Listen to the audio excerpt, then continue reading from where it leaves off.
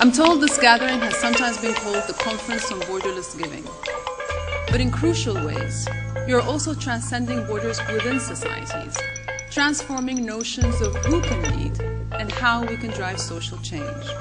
I look upon you as particularly serious and informed partners in the work of global understanding and international development. Ultimately, we're in a position where we do have a lot of resources, a lot of unique opportunities, and wouldn't be stepping even beyond that to say, well, not only should you not be evil, but you should really take advantage of the opportunity you have to do good. That's what we're trying to learn from all of you, how we can best achieve that goal. You have to say, okay, I have more power to do public good than ever before. How do I view the world? What are the big challenges? What do I care most about? Where I can make an impact?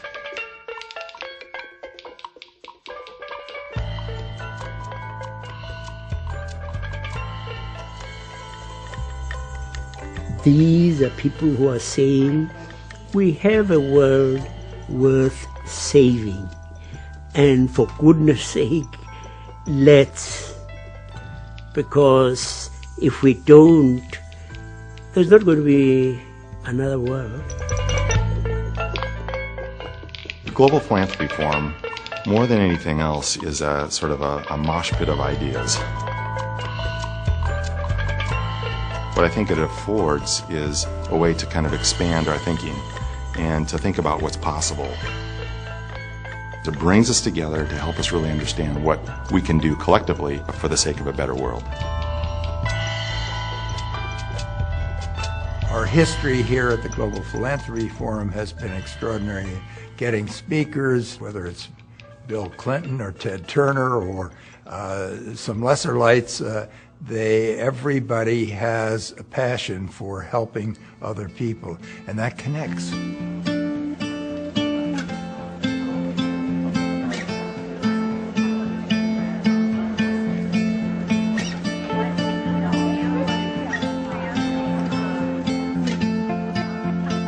Living benefactors are agile, they're engaged, they're strategic, they're global in their outlook, and by and large, they're very much shaped by their experience. And ultimately, it comes down to, what are you trying to change? What impact are you trying to achieve, and what's the best way to achieve that impact? And in some cases, it will be through this prism, in some cases, it will be through that prism. The best entrepreneurs are people who say yes rather than no. People who are willing to fall flat on their face and fail, but learn from their failures and pick themselves up and move forward again. And I think for the first time, that's going to lead to a more enlightened version of humanity that when we're in Silicon Valley, we like to call humanity 2.0. 2008, I took a group to East Africa, and one of the countries we visited was Uganda. And we had a very fledgling microfinance project that we had sponsored there in a little village called Bayubo. And I'll never forget, as we toured their businesses, each one of them so proud to show us what it was that they were making or buying. One woman stopped me, and she said, we appreciate when you come to save our children in Uganda, but we need to be able to save our own children. Thank you for investing in me so I can do that. And that little program started with 20 women 3 years ago in Uganda, now has over 1,000 women in 4 countries in East Africa.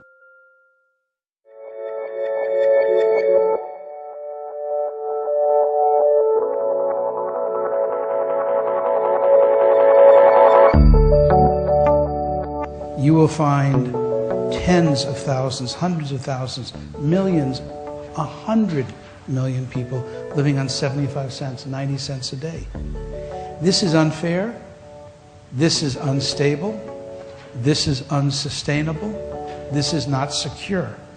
It seemed to me that there was a tremendous power in the ability to change one's life if you're part of the community.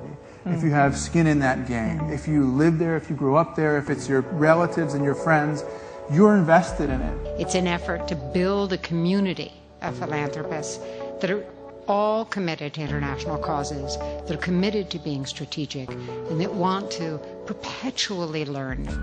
Africa is not only about poverty, it's not only about diseases, it's not only about our children dying, it's also about people that are willing to help. Think of what we can do if we look for ways to bring people together who never thought they would even be in the same room with one another. There is just so much we can do right now.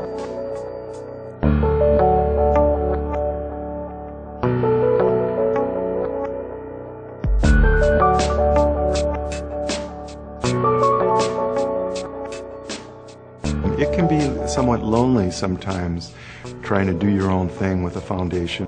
And this provides, again, a way to be grounded in larger issues so that you feel like your own small efforts have a larger context. To reach out to people, older, younger, different, whether it's on a one-on-one basis or through other larger collaborations. It's what we learn from other people, not what we learn just from people like us, that I think makes the work both more satisfying but also more impactful. It's a culture that values rigor and imagination and partnership. And those are kind of key ingredients for really true engagement with other people.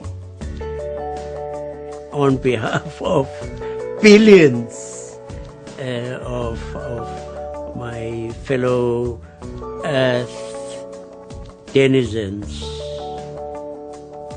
a very feeble, inadequate, but very heartfelt thank you.